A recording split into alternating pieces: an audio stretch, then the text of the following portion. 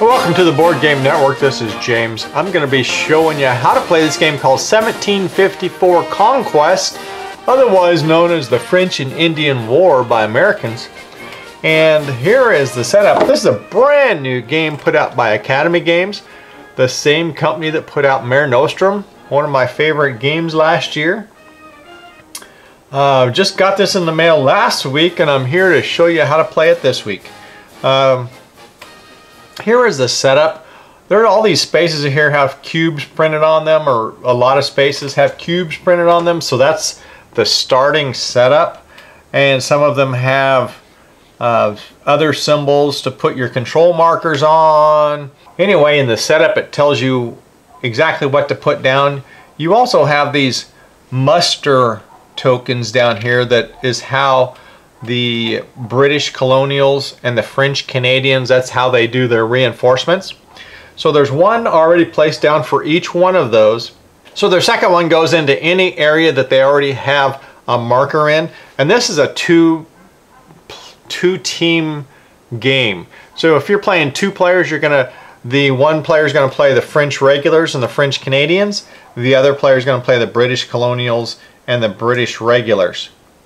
If it's a three-player, then one person is going to play both factions of one side. If it's a four-player, then everybody takes one faction. So this is either a team win or the team loss. Either the French or the British are going to win in this game. And also, each side is going to get four. The French regulars and the French Canadians are going to start with 4 extra cubes that they can put down anywhere that they already have some cubes. And then the British are going to do the same thing with 4 extra cubes each. You'll notice they have dice. The British regulars have better dice than the British colonials. The French regulars have better dice than the French Canadians, except for the French Canadians get 3 dice, whereas the regulars only get 2. And the same thing with the British. Even though the dice are not as good, they get more dice. You have a bag that has got your turn markers in it. They're actually dice with each of, and there's the green dice is the Indians. And so the Indians actually take part in this game, even though there's no player playing them. So you put all 5 colors in there, and then somebody randomly draws one out and puts it on the turn track, and then that's who would go. That would be the British colonials' turn to go. So you never know who's going to go next unless you're down here at the end. But you don't know that you're going to go. You might go at the end of one round and at the beginning of the next round. So you may have, you know, close turns back to back, and you may have long time in between your turns. So kind of challenging. It's hard to plan that way. So anyway, that would make it the British colonials' turn. And so the very first thing they do is the British colonials, they get reinforcements in their muster token. And their muster tokens come down. There's a 2-side and a 3-side. All of them start with the 2 squares. So when it's the British colonials' turn, they would get 2 reinforcements on the muster marker that's out. Everybody should have 2, except for if this has enemy units in that space, then you do not get to reinforce. So let's just say we threw it down there, and these extra reinforcements had been dumped down.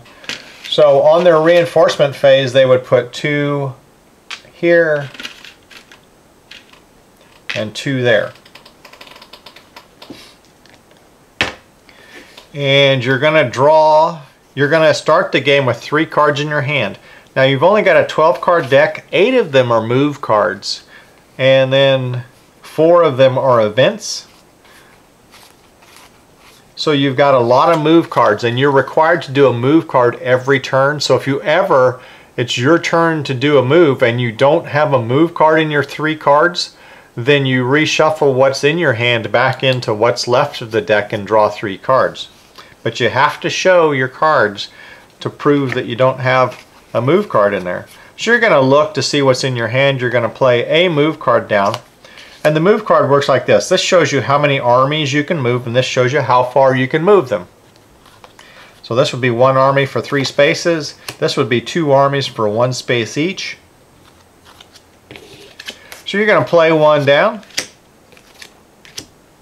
And an army is any combination of your piece, so in this case the white piece, your teammates' pieces, and any green pieces, cubes in your space.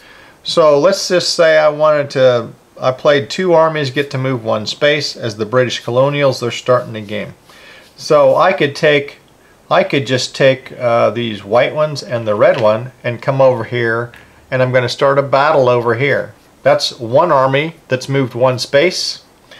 And I could take another army. We don't have any green ones to start the game with, it doesn't look like.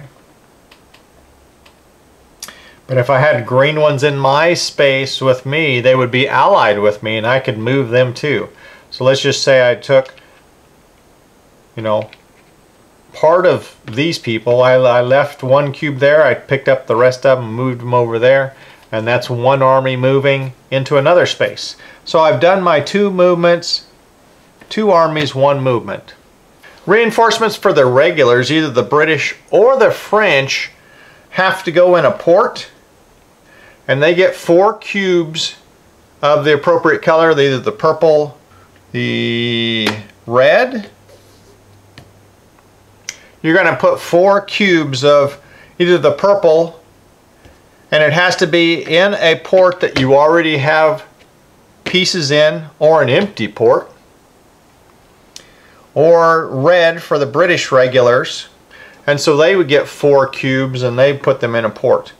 Now regulars can go between ports, and this is only 2 spaces to go from a port to open sea to another port, and regulars can do that, but the colonials or the Canadians cannot unless the regulars are moving them with their own pieces.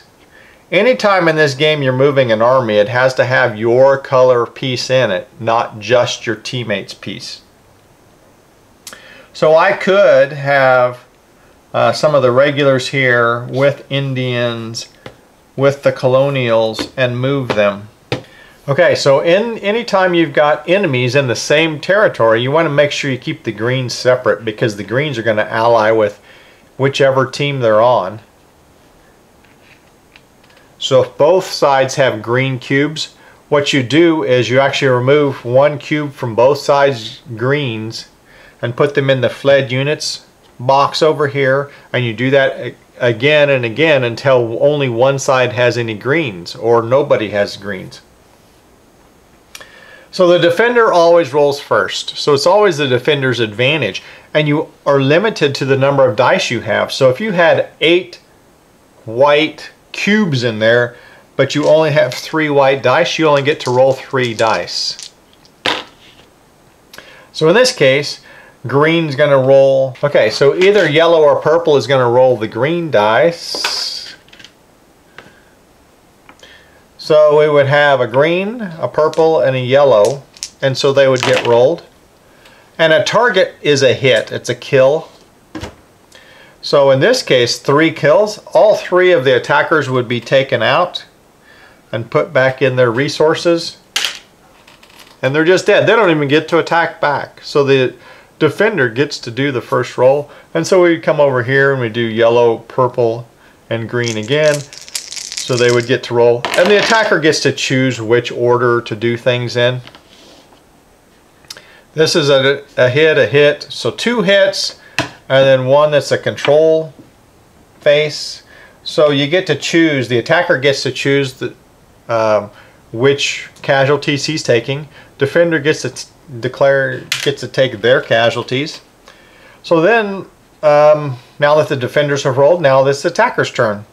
So the attacker's going to take a white and a red die. and roll. And got one hit. This is a command face. You can move into a space that has friendly units, so it can be a battle space, but it has to have friendly units, or it could be an empty allied home space, so one of your colored spaces, so either the purple for the French or the pink for the British. Or it can be an empty green space, so the Indian space, as long as it's empty of anything, then a command will let you move into that space adjacent to the battle. So the defenders got to do that first. The Indian would have been able to be moved out, but you don't have to do it. It's optional. And then the attacker has the choice at that point to move one out and can stay in. And if there's still enemy units in the same space, then it just rolls again with whatever's left. So we have a command for the purple, and we have a flee. Why did I roll a yellow? Should have rolled a green and a purple. Green and purple. Okay, 2 commands. So at that point they could say, well, we're out of here, we're going to go over here. And just leave, and then the attacker's done. If there's a star in that space, and if it's your opponent's territory or a green territory, you actually put one of your command markers down to show that that's your space. And you're going to score those at the end of the game based on who has the most of those command tokens or control tokens. So in this case, the British would put the British, but you just flip it over to get to the French. Hits and flees always happen first before commands. So you always do the hitting and the fleeing, and then whatever's left you can choose to use for command. And these command markers, these control markers, they only go into the enemy's spaces or in the green spaces. You never put them in your own home spaces, so they never count for you, but they can count against you. If your opponent controls one of the spaces in your territory, they're going to get points for that. And if you're in a space that's got a fort in it, this one here is a fort. So if somebody moves in here, let's say the French have moved over into here, and so there's an attack. Well, the defenders are going to roll first. Take a hit. Let's just say that green took the hit, and then the yellow and the purple roll. Now on the attacker's turn, when the attackers roll, the defenders who have the fort, they get to roll a fort die. The fort die is a black die. And what happens is you roll the fort die, and if you land on one of these faces, it prevents 1 damage. So 1 kill would be prevented. And there's 3 fort faces on the fort die, so half of them would prevent 1 kill. Also, if you use command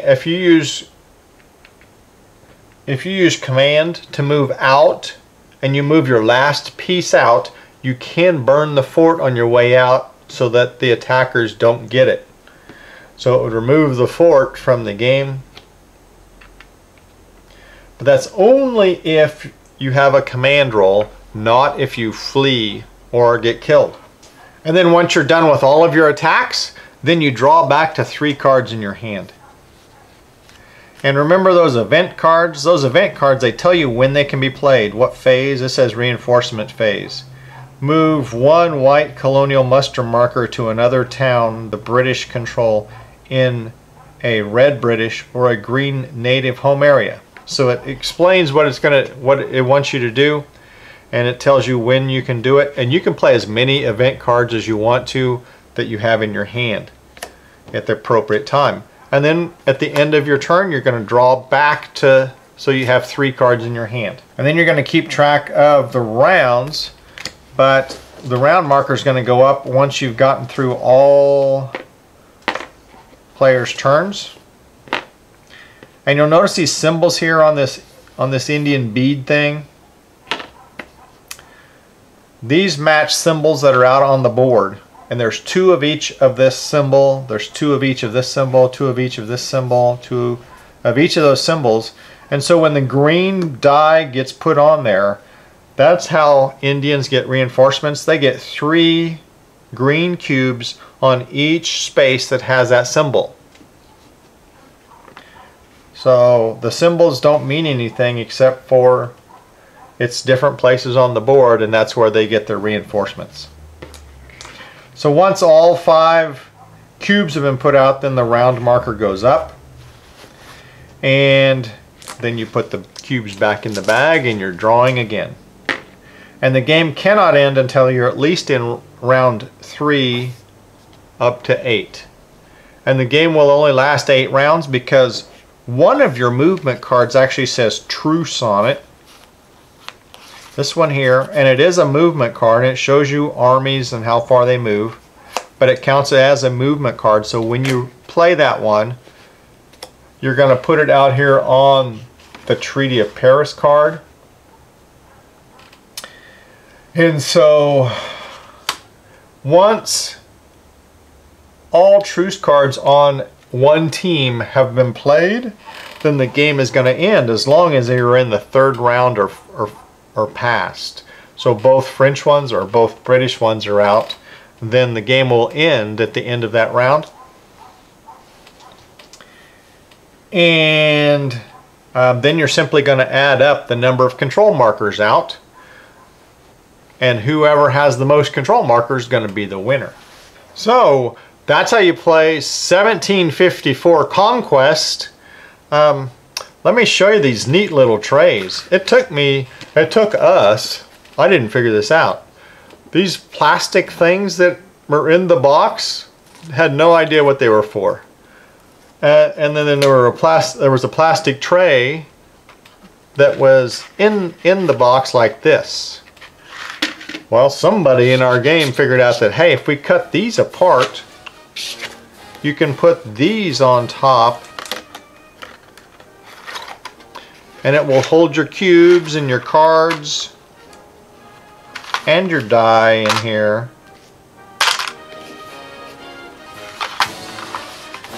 Then they won't fall out. You could put this vertical, could put it horizontal. So that's a great addition by Academy Games. Anyway, that's how you play 1754 Conquest. Make sure you tune into all of our videos at the Board Game Network to learn how to play, the latest games like this.